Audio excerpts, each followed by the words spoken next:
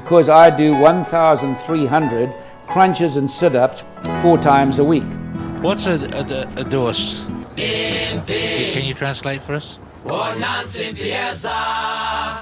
of the gold medal and the champion golfer of the year is Ernie Els.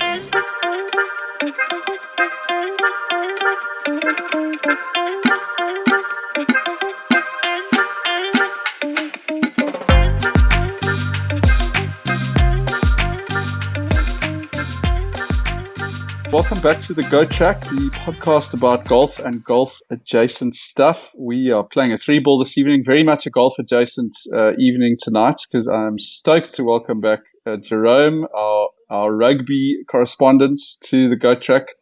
Jerry, how are you? Yeah, lekker. Nice to have me back nice to be back on the show, I suppose. So yeah, thanks for having me again. Jerry, I think it was almost 12 months ago that we had you on, sort of recollecting the World Cup final. Hard to believe how much time's flown since then. Hoff, nice to have you back on the show with a spanking new microphone. Thank you, T. It's good to be back, and hopefully my supposed lisp from the last 5 episodes of using my iPhone is well and truly a thing of the past. So it's good to be back, and it's going to be lekker to talk some rugby again. Almost 365 days later. Still one of our most downloaded episodes, Jerry. That little recap we did on the Springboks World Cup. Just goes to show guys enjoy their rugby content in SA. How's things going with you in the last 12 months? Is that a question for me? Yeah. Pretty good. Although pretty good. We haven't seen Hoff for a while either. No, pretty good. It's I must say it was if we sort of link ourselves back to rugby, some epic tests against Ireland. Obviously couldn't trust the Durban guys to pull us through on the second one. Shock horror. That's where dreams go to die for the Springboks and the Proteas. True. But then, I suppose a bit concerned about the rugby champs. But I must say I didn't expect us to dominate and play as well as we did. So that was pretty impressive. Now here we are on the precipice of an end of year tour, and thinking about whether World Rugby will actually reward our team with some of the World Rugby Awards later this year. I'm looking forward to seeing what happens there. Yeah, so we've done a lot of golf-heavy content over the last 9 months, I guess. Hoff, we do regard ourselves as a golf and golf-adjacent podcast, but yeah, there's been a lot of cool golf stuff to talk about. I would be remiss if I didn't start the episode by just congratulating our last guest on the podcast, which was Jono Broomhead for winning on the Sunshine Tour last weekend. Looks like old Tucky gave him a bit of a podcast bump. So, Hoff, we are 1 for 1 with professional golfers on the podcast. Long may that live. We do have a little list of guys that we're hoping to bring on. And guys, there's a lot of rugby on this weekend, but there's a lot of interesting golf happening as well. With the DP World Tour coming to an end, the last 2 playoff events, and also the Q School for the European Tour is also happening this weekend. So quite a lot of Saffers involved. Keep an eye out. I'm sure we'll post some stuff on our social media, just tracking guys. But Hoff, we wanted to talk rugby this evening, and I'm going to sort of pass it over to you a little bit. What do you want to kind of get your teeth into we have the luxury of Jerry in our presence? Well, I think it's been such an interesting year rugby wise, especially as a South African fan.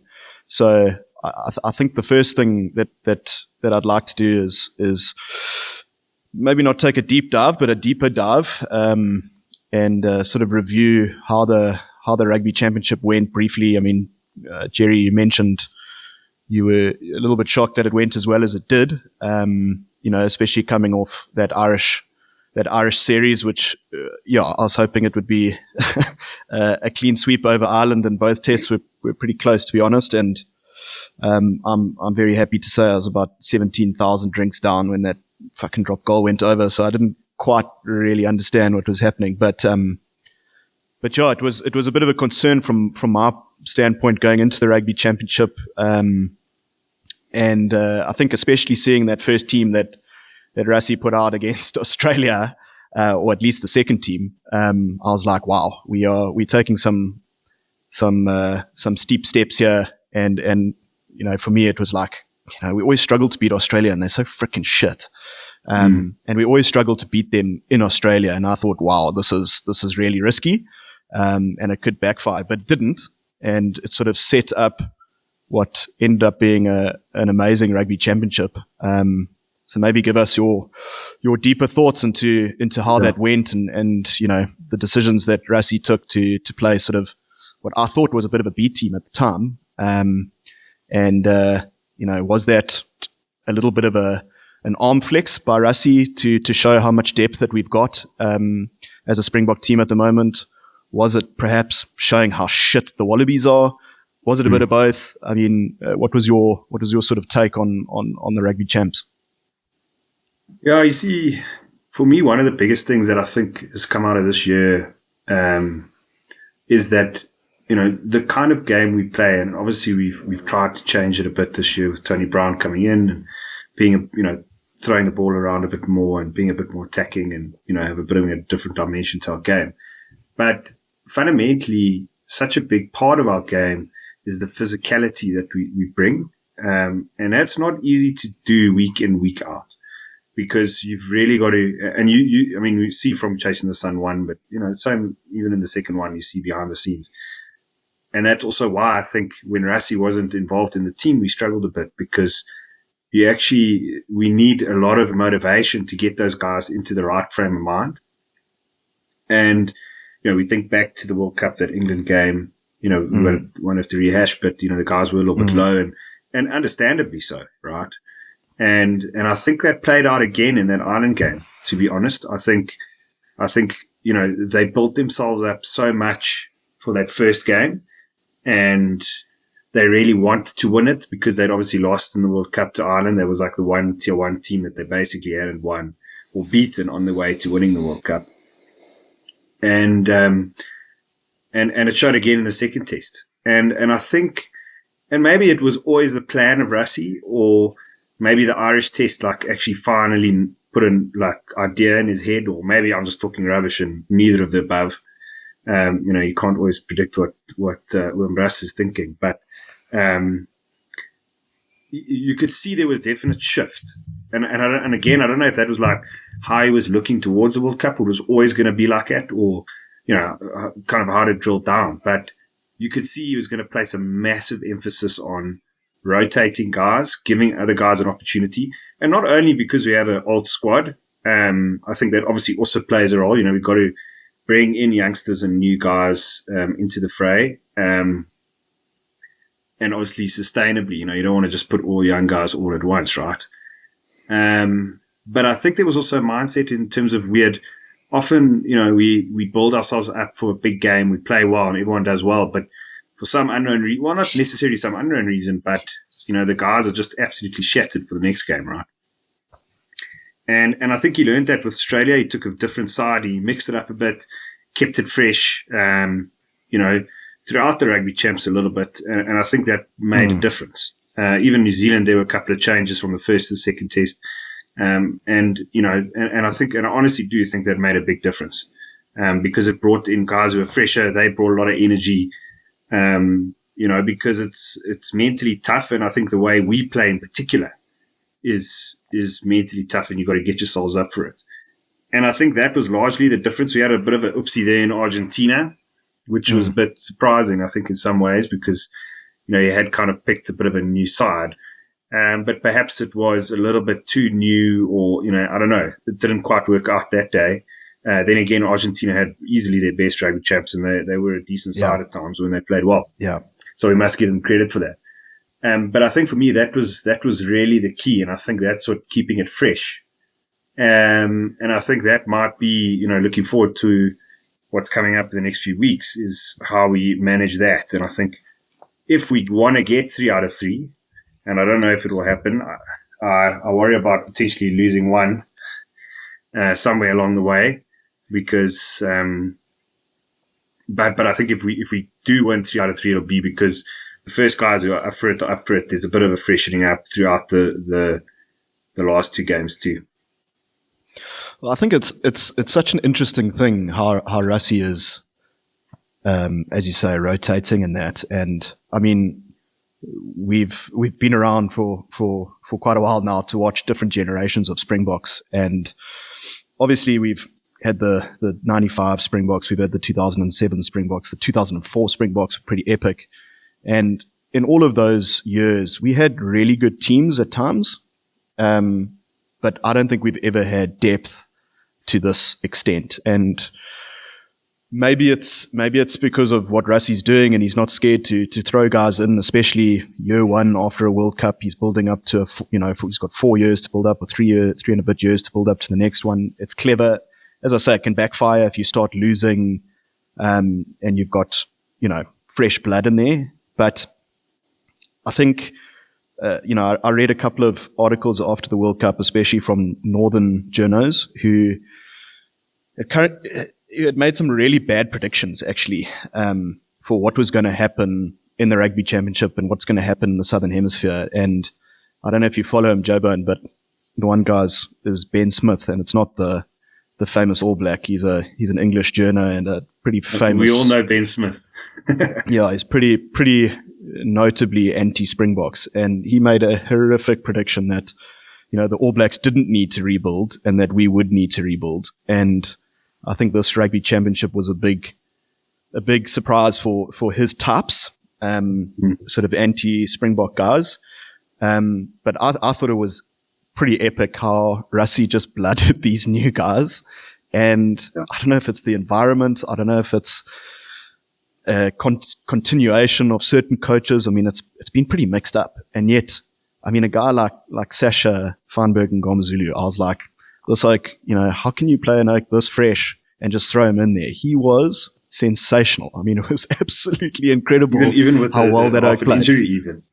Exactly, hiding a knee injury. So that's why I say, was it a bit of a flex? Is it planning for the next World Cup? Is it a little bit of everything? Because you listen to podcasts and that now on the Rugby Pod and Good, the Bad, and the Rugby and all of that kind of stuff. And the sort of general sentiment is that the aura that the All Blacks had a few years ago, that's now a Springbok aura. And even when we don't play that well, we seem to pull it out the fire. And I felt like that was the case, especially in those 2 tests against New Zealand and South Africa, where at times I felt like we were being properly outplayed. But I still didn't feel panicked. And that's an All Black thing. That's how we grew up watching the All Blacks. And I think that's why that losing that Ireland test was so disappointing, because there was obviously a lot of feeling behind that series, a lot said, not necessarily by the Springboks or the Irish players themselves, but, by the fans and the media and all that kind of stuff. And as you say, with guys like Urban Etzebeth and guys getting older, it doesn't actually feel like an old team. And look, it's early days. It's year one after the World Cup, but it's a hell of a start. And sure, I don't know if it is strategy. I mean, what were your feelings, T? Were you surprised by how well we did? Were you shocked? Did you think it was par for the course? Or, I mean, I was pretty shocked at how dominant we were. Okay, we lost to Argentina, but as you say, Argentina are a pretty good side as well. Yeah, and it wasn't our best team. It wasn't, you know what I mean? It was a rotated team. So I was, have to answer your question. I was very surprised and sort of enthused by the kind of balls that Rassie showed by, basically saying, look, we aren't really two-faced about what the outcome of the Rugby Championship is. And they clearly had a strategy around like broadening the depth of the team. I think the 2 Irish tests, we were definitely going for 2 wins. It felt like we were very much trying to play our sort of World Cup squad and rugby. So I was surprised and really like I was really like it gave me a lot of confidence about the next era, because I did have some questions, and Jerry, I remember asking you this, after the World Cup last year, and we were sort of going, like, look, we must celebrate this moment because they're few and far between in South African rugby, and we don't always seem to be able to have longevity in terms of like having strong teams. We've, as you touched on, Hoff, we've had strong teams previously, but we've never been able to build on like the longevity of like a strong team. So it's given me a lot of confidence this year about us being able to do that. But Jerry, what I wanted to ask you was, and we wanted to touch a little bit on the URC, but what kind of impact do you think the transition of us moving to the URC has been? Obviously, we know a lot of our guys do play, a lot of the Boks are playing in foreign teams. Some of them are in the URC, some of them are, in France, Japan, Premiership. But just in general, the way the South African teams performed and the sort of I guess the platform for maybe the emerging players, our guys being able to go and play now in the Northern Hemisphere, and the different challenge that the URC brings over Super Rugby. How do you think that's sort of feeding into the strength of the Boks at the moment? I was just going to add there before Jerry answers, just to add to that question, Jerry. Exactly what Tia's saying about, how do you think the URC is impacting it on? But the second part of that question is, how do you think not being in Super Rugby is impacting Australia and New Zealand? So just to add a second part to it. Yeah. Well, the first thing I'll say is that watching the final at Loftus and losing to Glasgow was one of the toughest things I had to experience. Let me tell you that for free. I honestly still can't believe that happened. I still think to this day, and I think it's to the point that we probably played our final the week before against Leinster. And the guys just went up for it, and Hanekom got injured early. But I mean, with all due respect, Glasgow, decent side. But 9.5 times out of 10, they come to Loftus, they're not going to win, right? But they did it. Now you know how we feel in the 2007 Super Rugby final, Terry. No, it was a tough one, Jeez, and that's 2 finals lost in 3 years. So it's been, look, the one against the Stormers, I thought we were always, the Stormers were favourites there. But the Glasgow one really hurt. I must say, watching them lift that trophy, that was deep. That was deep. That was unexpected, I must say. Yeah, but Frank, what's his name? Franco Smith is a hell of a coacher. Incredible, and great to see. And I think that kind of pushes me to the next point. In terms of how the URC has impacted, I've always felt that, the Northern Hemisphere, if you look at Ireland in particular, I mean, they just don't have the rugby base, and you look how well they're playing. I mean, there's absolutely no doubt. And the fact that they came back to win that second test, I mean, they're playing well above the number of players and resources. And yes, they obviously tap into a few key New Zealanders and a couple of Saffers and maybe an Australian here or there. And, but by and large, they've also put in really good, development pathways, and they've got proper Irish guys coming through. And, Leinster's obviously been a powerhouse, and even Munster has been pretty decent in the last few years. But I think the thing is that they have such a focus on coaching and not throwing players away. I think South Africa definitely, and maybe even New Zealand to some extent now, are reflecting a bit, because the talent is just absolutely endless. And perhaps even England a little bit, and France, they've also got big player resources. But, because there's so much talent, people aren't necessarily willing to invest in guys, even though they are really, really good. And, let's take an example of Fassi, for example. A couple of years ago, people would have probably said, because he looked good, he started good, and he just had a couple of terrible seasons, and now look where he is. And I think that's had an impact, because I think, whether it's through Rassie or, even the back staff, people that you don't know what's happening about, I think that mindset has changed, to invest in players a lot more and to sort of nurture them. And I think that's also built our development pool, because there's a lot of players that, South Africa's always been very quick to who's the new hottest guy on the scene and then sort of cast them aside and whatever the case may be. And I think Rassie's whole mindset is very different. It's like, this is, yes, you're good at this, but you need to work on that. And I think that's filtering through. And I think that's also coming from Rassie having been at Munster and now us being sort of, and him having been, at the coalface of what the Northern Hemisphere teams do. And I think us also being part of URC and having to realize, especially with a lot of our overseas players, a lot of our players going overseas, right? So our squads just aren't as big. And so we actually do have to squeeze a little bit more out of the lemon than we would have had to previously. So I think that focus has been absolutely critical. There's no doubt about it. I think in terms of the second part of the question on the Super Rugby, look, it's a tricky one. I think it's one of the factors that's impacted New Zealand. I think New Zealand has struggled. There's probably a few reasons. One is the overseas rule. I think, they need to start picking their overseas guys. I think that, and it will come eventually. There's obviously a lot of pushback on it now still. It will come. Sometimes change takes a long time and then very quickly. That's one of the things. I think the other problem is that I still think that Razors took over too late. And I know I'll probably get some stick for this, but if you look at after the 2007 World Cup, it needed to be Heineke Meyer to be the Springbok coach. He had built that Bulls team and he could have built the Springbok team around that Bulls team. And he came 4 years later and he tried to recreate what he had done with the Bulls through the Springboks, and it was 4 years too late. Those guys were too old. I mean, Victor was playing at 38 years old, with all due respect to me, brilliant player, but he was just past his best. And I think Razor, similarly, he's been with the Crusaders for so long, and he can't recreate what he did with the Crusaders. A lot of those guys have moved on or in the later parts of their career. So he kind of has to start again. And I think to your point, Hoff, when you mentioned, the guy saying that New Zealand didn't have to rebuild, I think they had to, right? Because Razor couldn't build. He should have probably taken over when Foster took over. And he didn't.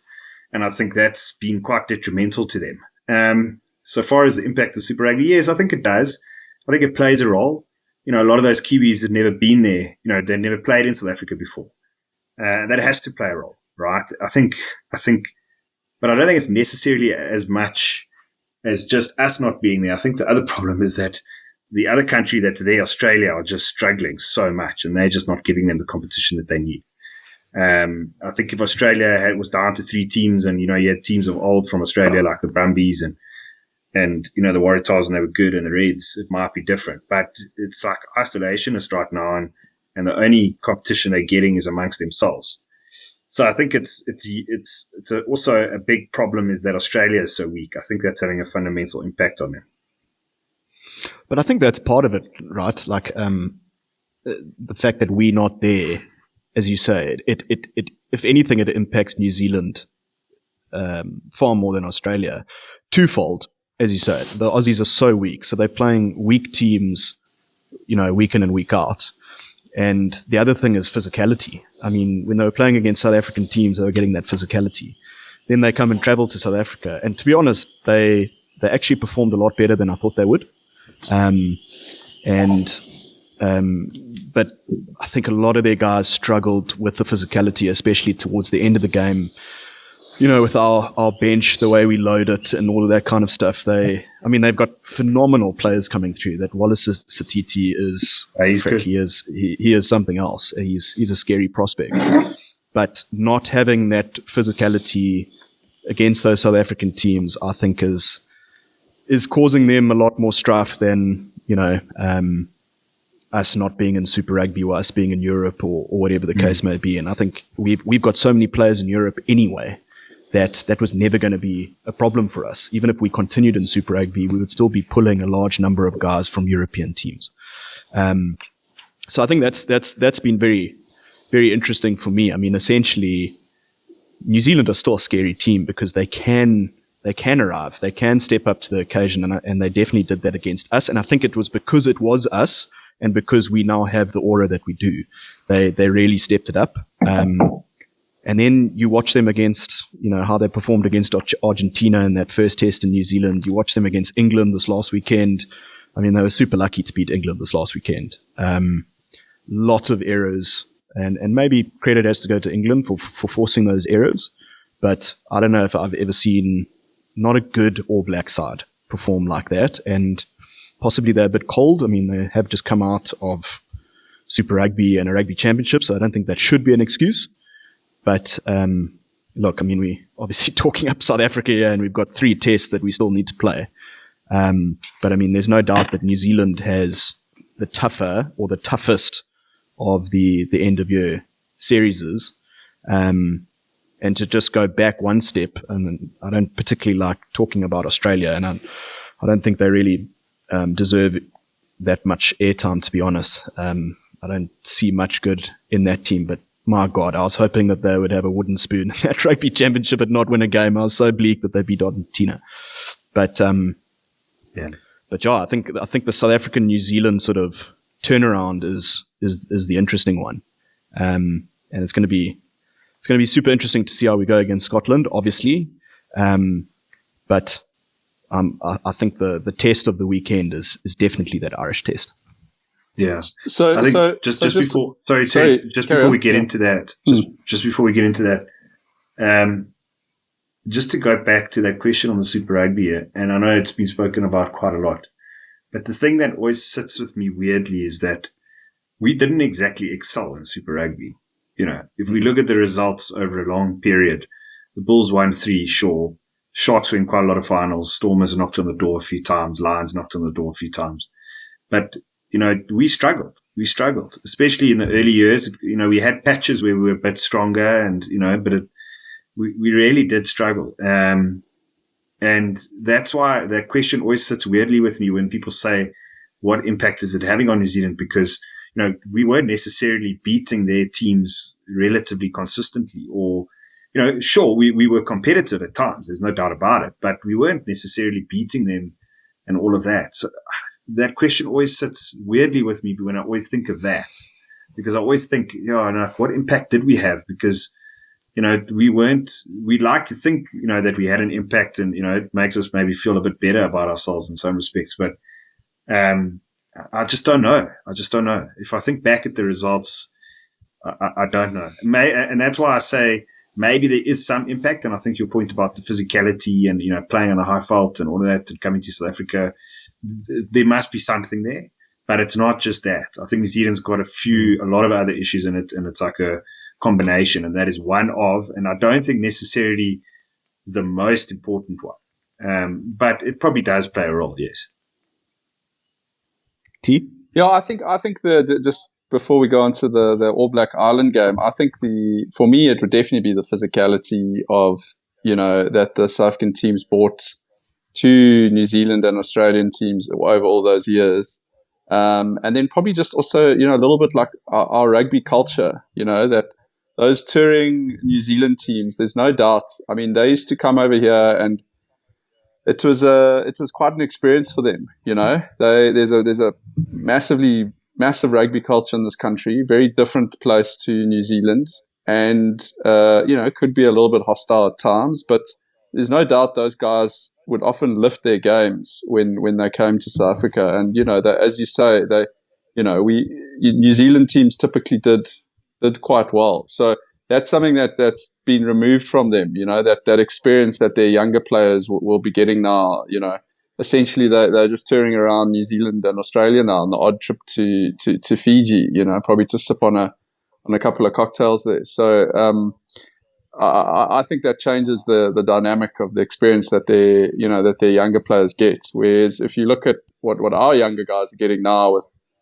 you know, going on a 3-4 week tour of Europe, it's something completely different. And you know, conversely, I think that we bringing a lot to the Northern Hemisphere teams now. You know, you look at a team like Glasgow being able to come down to Pretoria and beat the Bulls, you know, and you look at what kind of that will do for their mettle.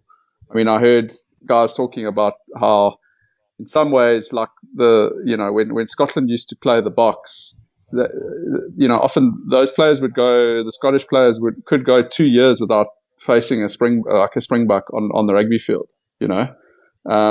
They would be restricted to the autumn series tests. And now, you know, those guys are touring South Africa once a year, and they're playing at home against a lot of the South African teams. So there isn't quite that same maybe level of fear when it comes to, you know, a Scottish national team facing the Springboks, which which makes this weekend all the more tantalizing. They've also got the sort of, in some ways, you could almost call it a slight embarrassment for Scotland, the way we completely shut them out in the Rugby World Cup as well. But guys, I want to focus our conversation around those two tests. Maybe just briefly, All Blacks Ireland. How do you see that one playing out? Hoff, I know you're obviously a big Irish fan, but just try and stay objective if you can with your opinions. But how do you see that one going? Look, I said after the World Cup that Ireland had missed their best chance possibly ever of winning a World Cup, and I think that was maybe partly true now. I thought they would fall apart a little bit after the World Cup, and I've been pretty shocked that they have continued to stay the course and are as strong, if not a little bit stronger. And I hate saying that because their journos and their fans are probably the most annoying in world rugby. They'd probably say the same about us, to be honest. But it hurt losing that test in Durban purely because of all the talk that was behind it. So there's no doubt that Andy Farrell he's done a hell of a job there. You can't hide behind that fact. It's got to be Rassie and Andy Farrell are the two leaders of the rugby coaching world at the moment. I think that's pretty undisputed. And their continuity, even though they've lost a player like Johnny Sexton. Johnny Sexton was a great player. I don't really think he's as good as they made him out to be, but he's an important player for them, that's for certain. Their continuity has been unbelievable. And I think they, for the first time in a long time, if not ever, find themselves as favourites going into an All Black test. They might be a little bit undercooked, considering that the All Blacks played a tough test against England last weekend. But to try and be objective about it is so difficult because the All Blacks are so flippin' unpredictable at the moment. They're a little bit like France. I was going to say a little bit like France used to be. I think like France will always be, but you just don't know what All Black team you're going to get. You could get the All Blacks that pitched up for those two tests in South Africa and took it to the wire, and you could get the All Blacks that played against Argentina in the first test in New Zealand, and like the one that played, this last weekend against England. If it's the All Blacks that pitched up in South Africa, I think it's going to be really tight. I'd still go with an Irish win, to be perfectly honest. And if it's the other All Black team, it could be a bit of an embarrassment for them. I don't think that's the case. I think the feeling behind the test and, what happened between New Zealand and Ireland at the World Cup, all of that's playing into the sort of storyline behind this test match. The fact that Ireland, won that test series in New Zealand before the World Cup. It's all playing part of it. So, it hurts me to say, but I would have to go Ireland. I'm really, really looking forward to it. I think it's potentially the test of the autumn series. Obviously, I'd go with any South African test, but this could be a hell of a game. Definitely the test of the series. Jerry, what are your thoughts? A couple of things. I will say this Irish side is a hell of a lot less hateable since Johnny Sexton retired. I think I don't know. So true, yeah, it's so true. Like, I even think of the team now. Like, there's no one really there that like irritates me. Maybe Caelan Doris a little bit when he nudged Cheslin Colby for that charge down in Durban. But that's gamesmanship, right? It's not. You know what I mean? It's not Sexton-like qualities, which we all know about. James Lowe is pretty hateable, to be honest. Yeah, I suppose that's true. Yeah, he's probably at the top of the list now. I think what really gets to me is their seller, and it's a Northern Hemisphere thing. They'll celebrate a scrum penalty when an Oak has dropped, like the opposition prop has dropped his knee or something. Not when they've absolutely demolished the other scrum, but they just get like a simple technical penalty and they all go bonkers. It drives me fucking up the wall. As Bongi would call it, that's plastic energy. 100%. Yeah, you put it very well. So here's a question, Jerry. Does is Ireland less hateable now without Johnny Sexton, or is England less hateable without Andy Farrell? With Owen Farrell. Not That's Andy a great Farrell, question. Owen Farrell. That's a great question, but it's England every day of the week. I mean, you can if you didn't have any Owen Farrells, they'd still be more hateable. Okay. I mean, the English are just they're The English are the English. Always there's an English guy that I think most people would agree with that as well.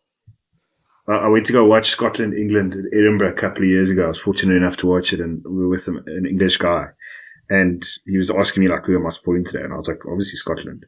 And then he's like, so let's like go down the list of Six Nations, like, and I was like, I'm pretty sure in the list I would support England over. I mean, I'd support everyone else except for England. England would be last, so basically I wouldn't support them in any game. And he was like shocked. And I'm like, I can't believe you're shocked. Like, I mean, it's so obvious. Well, I mean, there's that banned Six Nations advert. I don't know if you've seen it, where if you haven't, everyone needs to go onto YouTube and search for banned Six Nations advert, and it's essentially, it starts with like guys in Irish rugby jerseys shouting England, and Scotland rugby jerseys shouting England, and so it goes on. And the sort of crux of it is that the tagline is, who do you not want to win? And everyone doesn't want England to win. But when they ask the England fans, the one oak's like Scotland, the other oak's like Ireland, the other oak's like France, but it's completely, everyone else just wants England to lose. So I think that's a pretty worldly sort of point of view. Why going back to why do you think that, sorry, I mean, I think this is a pretty interesting topic though, but like, why do you think that is? Because I was watching the All Black test this weekend with, you know, some proper like South African rugby like supporters, and I mean, the guys were, the way they were celebrating that All Black victory at the end was, I was like, jeepers, guys. I mean, I can understand that you might favor the one team, but I mean, Oaks were high-fiving, hugging, you know, it was and like, I don't know, I've tried and remain a little bit objective with England, but look, deep down, I feel the same feelings that I think a lot of people do, and I can't explain England, 100% why. I mean, where does it stand? England are insufferable. Yeah, they've also done some very bad things in their history. Let's be honest. Yeah. Especially to the other nations that play against them. 100%. I read a book called Prisoners of Geography. I think it was, about geopolitics. I mean, how far back are we going here, though, guys? No, sure. But, take your pick. But honestly, almost every single country's like areas of the world that have conflict and issues, the English are involved. Sure. And you're quite right. Like, I mean, the Irish, there was a situation with the Irish. The Scottish, there was a situation with the Scottish. The French, everyone. They colonialized South Africa, Australia, New Zealand. Yeah. So I think that just started it, but it's obviously carried on. And you know what I mean. I think there is some kind of a source there. They're completely insufferable, though. I mean, they are insufferable. When they shit, their own country just absolutely hates on them. But when they're good, not great, not world class, just good, then suddenly they are like Marcus Smith, for example. I mean, I think he's just stepping straight into Owen Farrell's boots. He is 100%. The biggest hit me face the world's ever seen. I mean, the Oak's decent, let's be honest. But the way the Poms talk about him is like he's going to be a World Rugby Player of the Year. He's this, he's that. And I'm like, guys, the Oak has not done amazing things so far. In fact, he's fucking slow. He can't defend. He's good on attack. I'll give him that. But that's what makes the English insufferable. Is that for me anyway? Yeah. No. I mean, it's Yeah. Look, I agree with you. It's a reality. And I just wanted to hear your guys' perspective. I mean, I've been to one test at Twickenham, aka the Allianz, and unfortunately, it was back in our Dower days when we were losing to England regularly at Twickenham, and it was tough. I mean, I had just English fans sitting in front of us, just turning around, just absolutely shit talking us the whole game. Like there was no like friendly banter. It was just they were just complete arseholes. So for me, I see that white jersey and part of me is like, I've got some English blood in me, and I've got whatever, and I try and like be a bit objective, but as soon as I see them on the field, I'm pretty much supporting every team they're playing. I mean, so 100%. I just wanted to see your perspective. But sorry, Jerry, going back to we digressed there. Going back to Ireland All Blacks, you were talking about. It's Ireland, easy to yeah. digress when it gets to the England rugby team, right?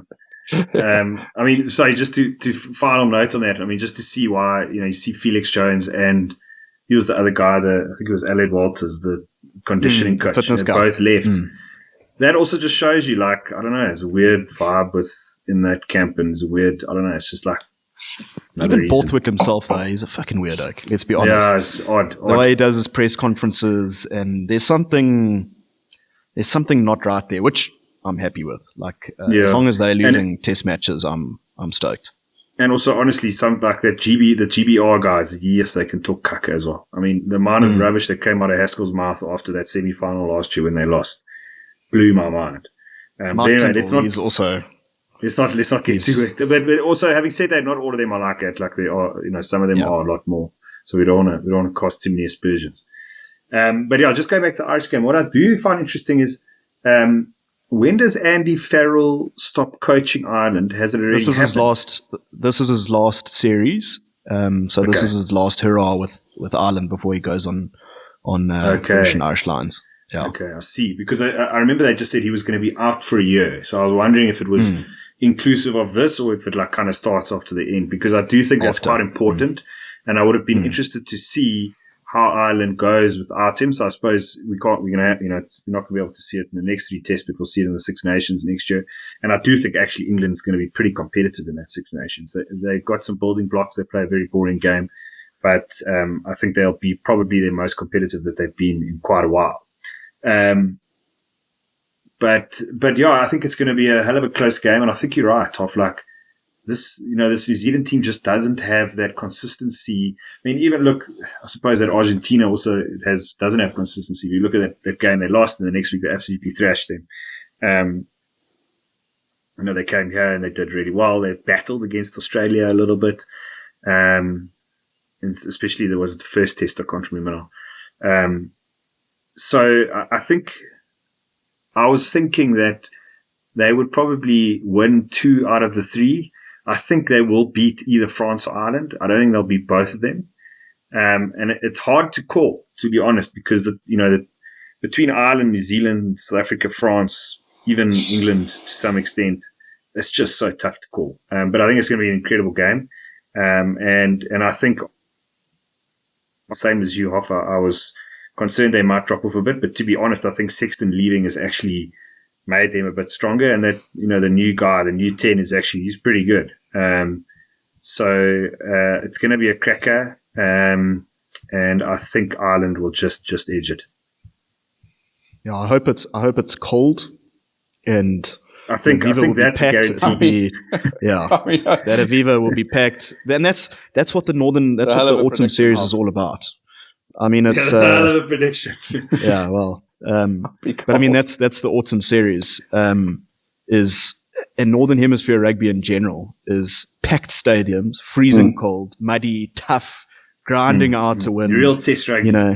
Real test rugby. So I think that's what we're going to get.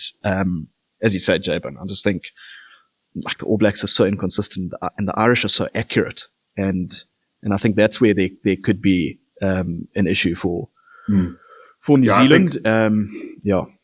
I think just for me, honestly, if Andy Farrell had moved on, I would have maybe said New Zealand. I think first test it can be a bit tricky with not having him there, but I think with him still around, and they probably want to really like send, also show him, they know he's going to be selecting for the Lions, right? So, and they want to make the Lions. A lot of things on the road. I think Ireland might just edge it, but it's if New Zealand play like we know they can, sure. Don't know. Anything can happen. My prediction, guys, I mean, I'll keep it short. I think Ireland will win by 5 points.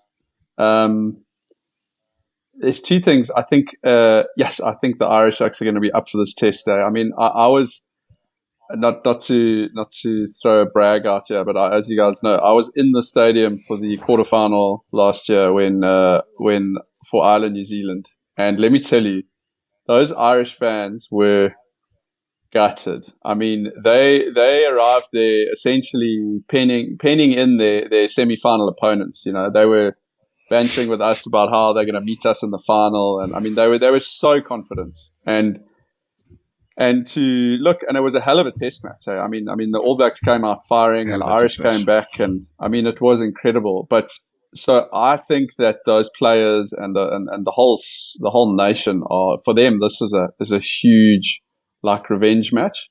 But the interesting thing will be is Ireland definitely were a little bit shell shocked in the first sort of 20 minutes of that quarterfinal, and there's no doubt that they were playing with pressure on their back. So the interesting thing will be, how do they, because they're going to be playing, I guess, there's probably going to be quite a bit of public pressure on them this weekend to really put up a good performance. So that'll be an interesting thing, you know, is what kind of All Black team rocks up. As you say, Hoff, they're a bit schizophrenic at the moment. And how do the Irish, you know, how do the Irish handle their sort of home pressure? But sure, it's going to be a hell of a test match, guys. And then, guys, just wanted to touch on moving on to the Boks now, just sort of briefly, South Africa, Scotland, and then maybe just looking at the rest of our matches we've got there, maybe with a focus on South Africa, England as well.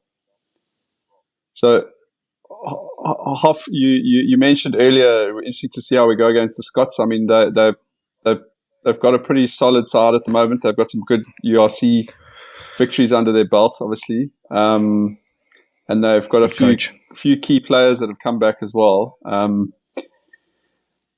How tired are the Springboks? That's, I suppose, my question to you guys.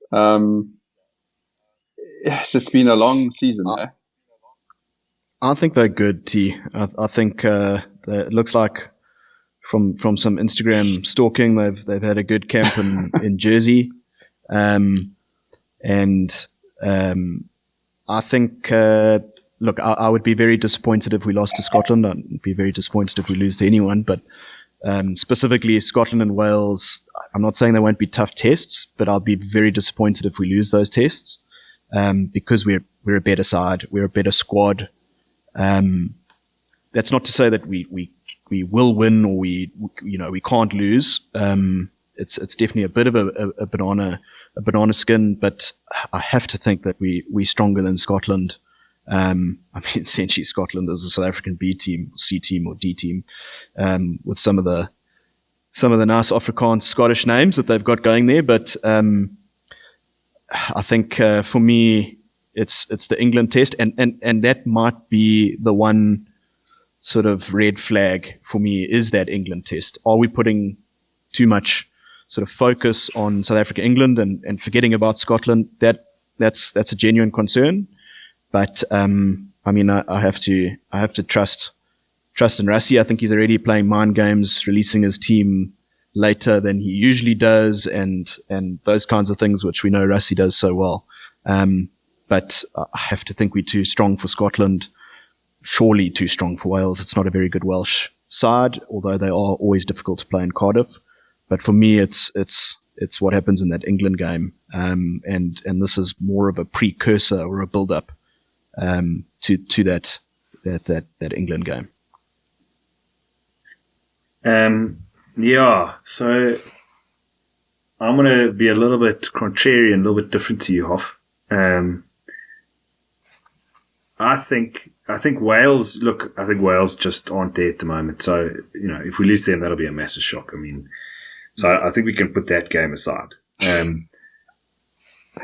No. I mean, we could lose. Unless Rassie goes and plays like a C team or something like that. But even then, I mean, geez, they just don't have the players at the moment. I mean, Gatland is squeezing the last nth degree out of that barrel at this point. With all due respect, they just don't have the players at this moment, and their Welsh sides reflect that in the URC. Even though they have been somewhat better here and there than they have been, but they just don't have the players, and it's going to take a lot to get them back to a level where they really are competitive. But you never know, right? You never know. They could have a great day and we play a third stringer or whatever. But I think let's focus on the ones where, and that's not to be overconfident, you know. Let's not get ahead of ourselves. But for me, I think the Scotland game, I think the England game will be tough, but what I think is the fact is that they're playing Australia this weekend, and I think they're going to win relatively comfortably. And it's going to be a classic case of the media hyping them up. They're like the next best thing, and Marcus Smith is World Player of the Year, and Ellis Genge is incredible, and the Currys are just the best twins that have ever landed on Earth. Fayo Bosa, that's the other guy. Exactly. He's the new Mario name. Toji's walks on water. Yeah, that's it. And I think that's going to set us up quite nicely. And I don't think it's hard to get the Boks up for an England game. I really don't. I think motivationally they'll be up for it. For me, I think, and it's weird because again I agree with you, Hoff. Like, player for player, squad wise, as good as the Scottish have become over the last year, and again done really well to squeeze a lot out and good coaching and all of that. And even the URC team's doing well, ironically, with South African coaches. I think that Glasgow team, having been here, they'll have some belief, those players that were there, they'll have some belief that they can beat a South African team, under pressure and in a big moment and in a big test. I just don't know, somehow I know that in one of the three games we're going to be a bit off and we won't be as motivated and up for it. And I don't know why, but I feel it's Sunday. I hope it's not. I was quite nervous about the rugby champs and they proved me wrong, excellently so.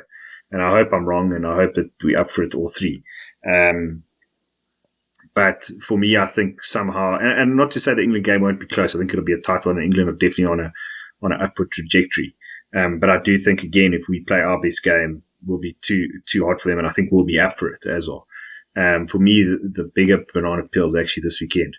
And I think if we can get through that, then, then we're looking good. God, I'm actually with you on that, Jerry. It's funny. I had that feeling earlier this week as well, just thinking about us coming off, I guess a bit of travel, guys gone back to the URC teams for a while. I think there might be just a little bit of rust there.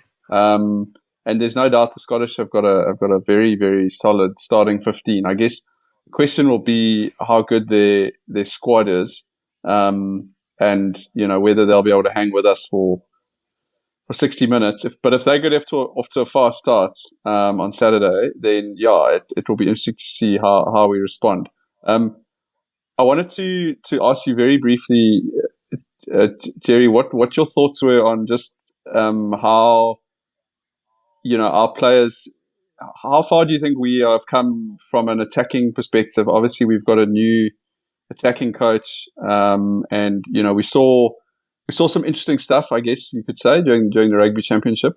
How do you think that's going to evolve a little bit on this tour? Do you see us mixing in, playing in a similar style to the rugby championship? Do you think we're going to temper it a little bit, tighten it up a bit based on the conditions? Or what's your take on that?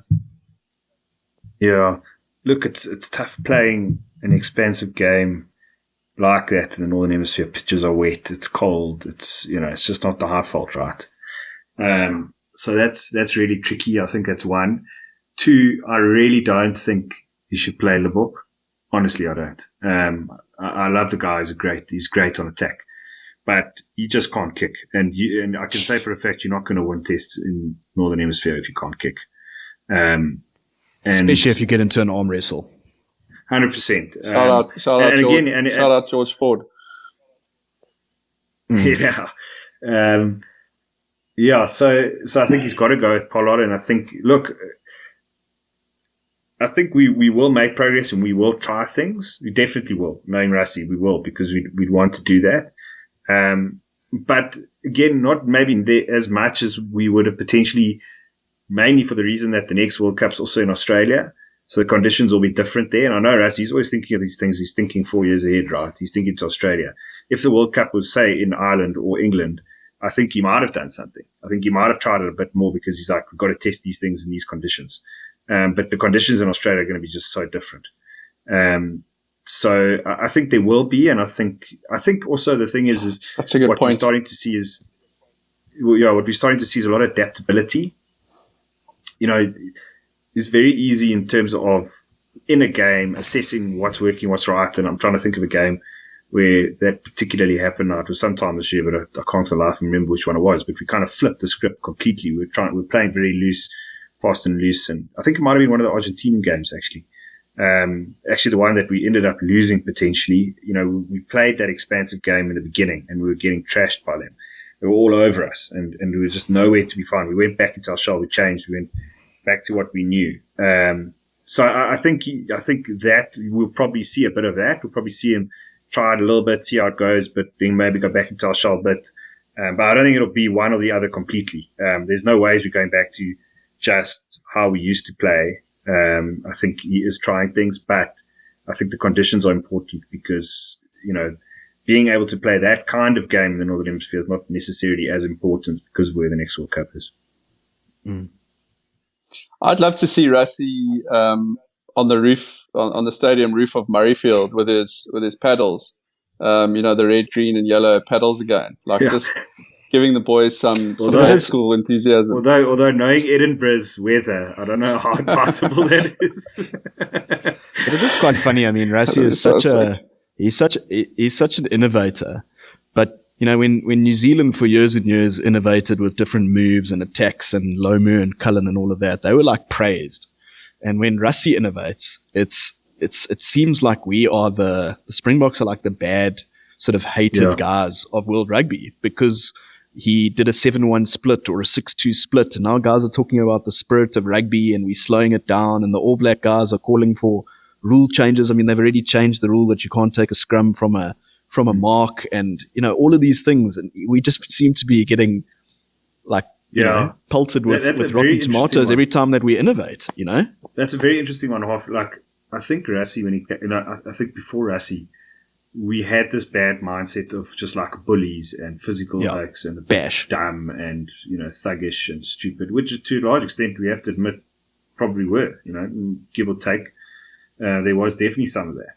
And I think Rassie has been, and whether he's done it intentionally or not, I think it's just who he is as well, but he's trying to change that perception completely. There's no doubt about it. He doesn't, you think we're probably the leaders in terms of trying to, lower our tackle height. And obviously that's a debate for another day, whether we should be doing that. I know you guys are very, sort of thoughtful on that one, but he's really trying to be, we want to play clever rugby and still be physical, but we want to be clever.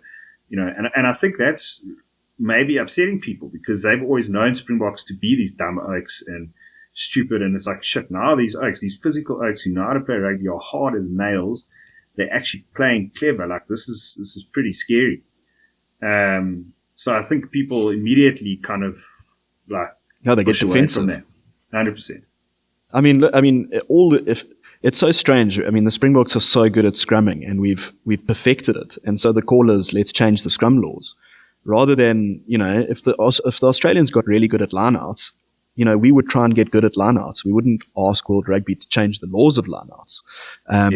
So it's so funny when South Africa do innovate. We suddenly these sort of bad guys. But I suppose it's easy to hate the guys that are on the top. It's easy to hate the guys that are winning, and that's probably why I hate the Irish so much. But we definitely up there, and we're on everyone's radar. So everyone is going to be up for a test. Even the Welsh, they're going to get up for it. The Scots, as you say, they're going to get up for it. But yeah, I still think we have to win the test, and we've just got that. What do they say, Jerry? That winning sort of.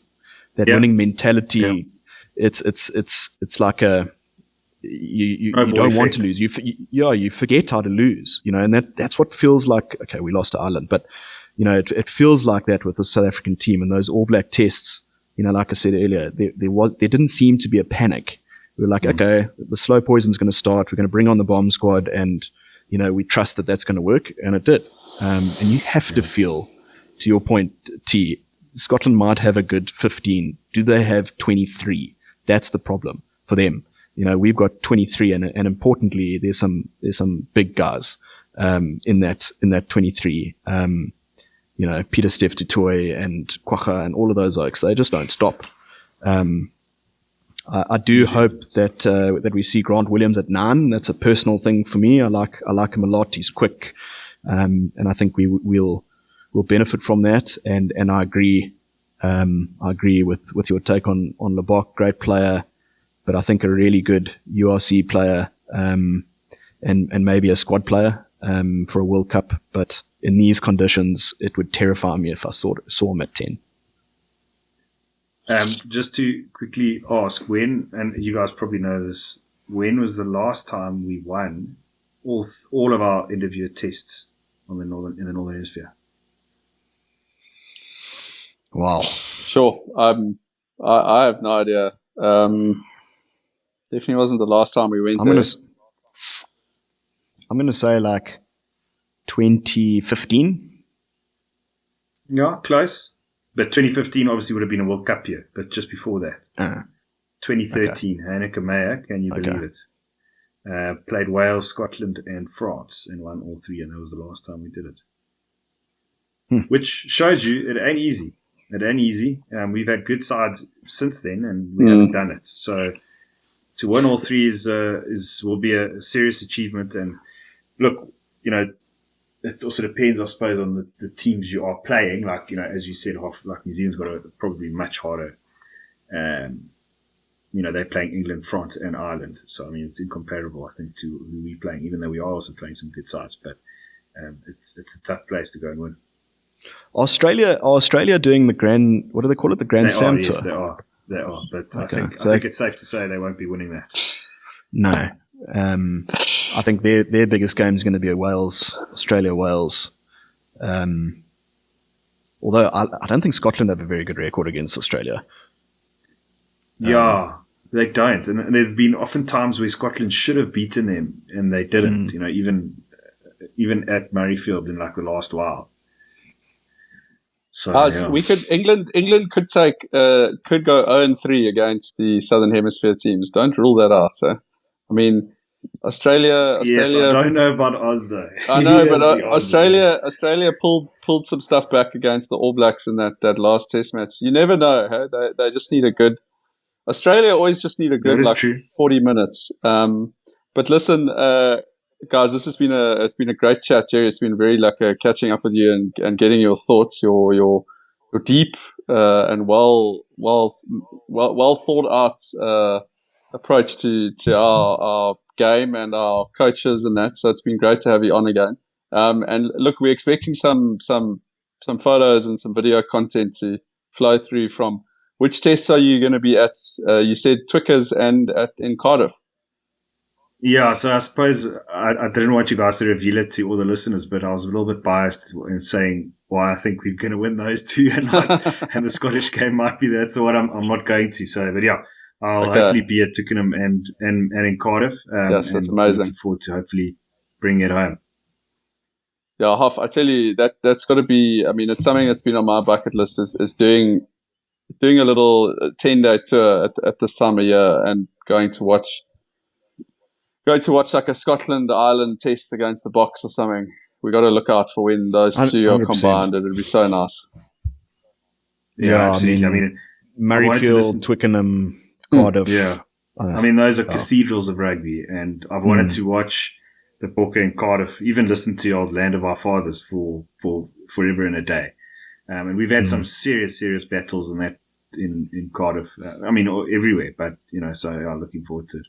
And Twickenham. Yeah, I mean, even watching on TV, these days, in the past, whatever you got commentary wise and that's what you got. You're playing England, you get English commentators, and Wales, you get Welsh, blah blah blah.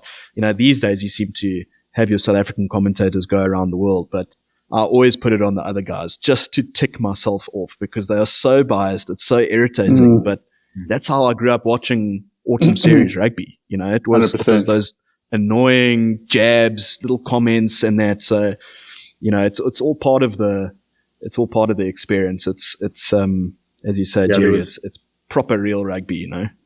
There was a guy, I think he was a hooker or something, Brian Moore or something, an English guy. Yeah, Brian Moore. He used to absolutely send me as a commentator, him amongst many others.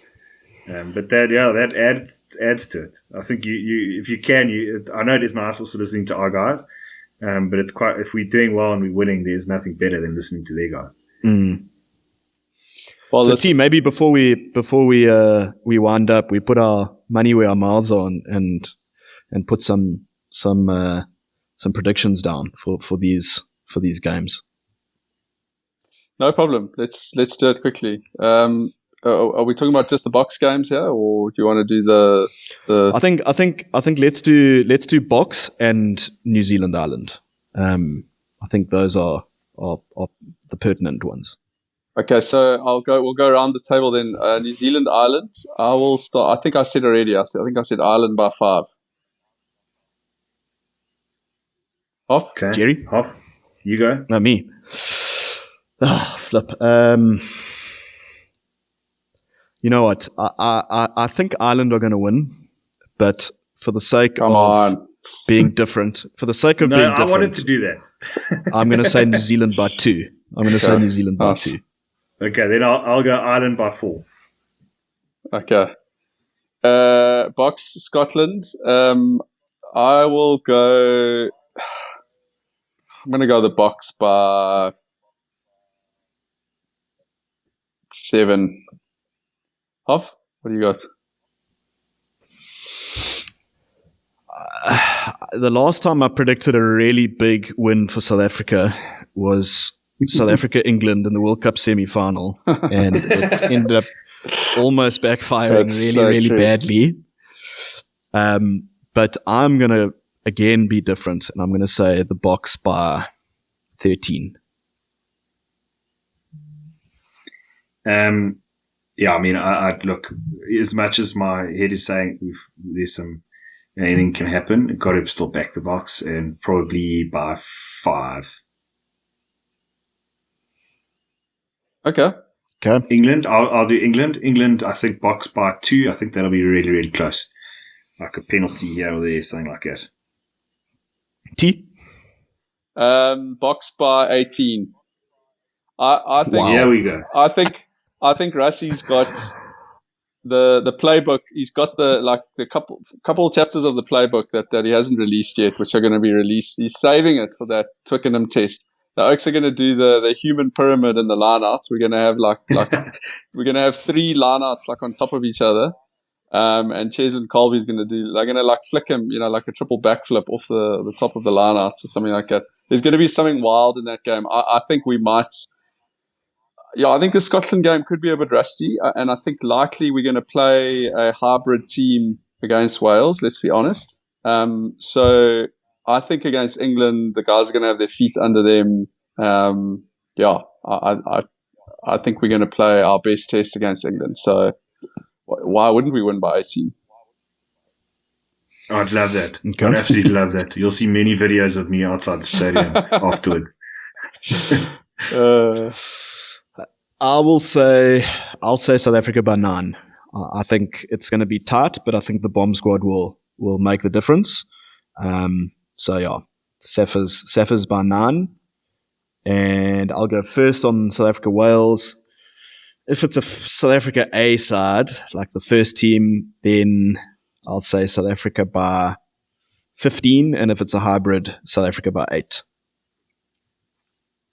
Yeah, I'm about 10 plus for that game. I'll co-sign those. I'm very uninterested in that game, to be honest with you. But let's hope that's not our banana peel. I mean, we can't. Not. It just cannot be. You know what I mean? Who knows? Yeah, who knows? Maybe we struggled in Cardiff though. Times when we should have beaten them, but maybe those sunflowers, those old bloody sunflowers, and the old sunflowers. There, yeah. Yeah, but the sunflowers grow in Wales. I tell you, it's nothing grows in Wales. Coal grows in Wales. Yeah, deep exactly, underground. Exactly. I tell you, Jerry, I'm very jealous because it's something that's been on my bucket list. Is a test match in Wales. That singing of that Welsh national anthem gives me goosebumps. So next level. I'm very jealous, and I look forward to seeing some content from you. And listen, thanks again for joining us and for your insights. Talking of attending live events, Hoff, you and I are going to be just under a month away. We'll be at Sun City watching the $1 Million Golf. So looking forward to that. They're putting together a really nice field. I know Luke Donald has been in touch with you, Hoff, about his attendance. So That's an exciting development. But in all seriousness, a very, very, very cool field that they're putting together. So, yeah, we will be on the ground, ears to the ground there, and look forward to sending. We'll definitely do a bit of build-up content, I think, Hoff, towards the $1 million. I did speak to JDV earlier, and maybe dive into a few of the old $1 million and dig up some of those old stories. There's been some classics at Sun City, both on and off the course. So we'll dig up some of those old Sun City stories. But was it Adam Scott who had to give him a drip in the morning? The one more, I think after the Bournemouth dinner night or something like that, because he was in inverted commas so sick. But speaking about fortune, obviously very fortunate to go to the rugby, but I've actually never been to $1 million. I've always wanted to do it. So enjoy it, guys. It's always a highlight in the Golf Canada. There's no doubt about it. Yeah, looking forward to it. Otherwise, if there's nothing else, Hoff, from your side, we shall sign off. Nice to see Jerry again and talk some golf adjacency for the first time in a long time, probably the first time in a year. But let's hold thumbs for no banana peels up in the northern hemisphere, especially for Jerry, and send the boys some videos. 100%. Lekker, guys.